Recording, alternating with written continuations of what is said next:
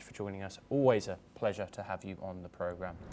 For our next story, we move to the Middle East, where Syria has launched an investigation into reports of extrajudicial killings following a week of violent clashes in the Druze majority province of Sweida.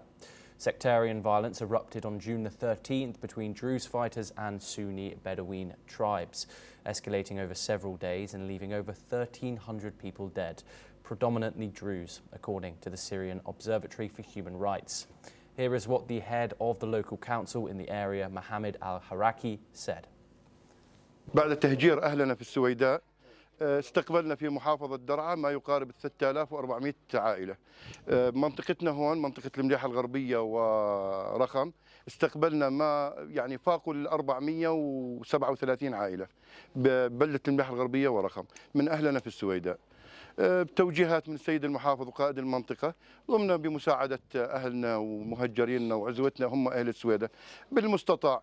احنا هون بنفتقر لكل شيء، لا في عندنا أي شيء بخص الإيواء من خيام، فرشات، بطانيات، خزانات مي، ملابس للأطفال، ملابس نساء. The Syrian Interior Ministry condemned videos circulating online which show alleged field executions of civilians and vowed to identify and punish the perpetrators, including any government-affiliated personnel. The ministry described the executions as serious crimes punishable by law. Additionally, the Syrian Defense Ministry is probing reports of violations by individuals wearing military uniforms, with Defense Minister Marif Abi Kassa stressing that no violations will be tolerated, even by government forces. The violence prompted Israel to carry out airstrikes in southern Syria, reportedly to protect the Druze population. A ceasefire took effect on Sunday, with Bedouin fighters withdrawing and Druze groups regaining control of Sweida city. Meanwhile, the United Nations relocated staff from the city due to ongoing security concerns.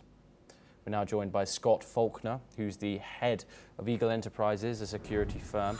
He joins us live from Washington. Thank you very much, Scott, for joining us, as always. Scott, how important is it that Syria handles this situation well?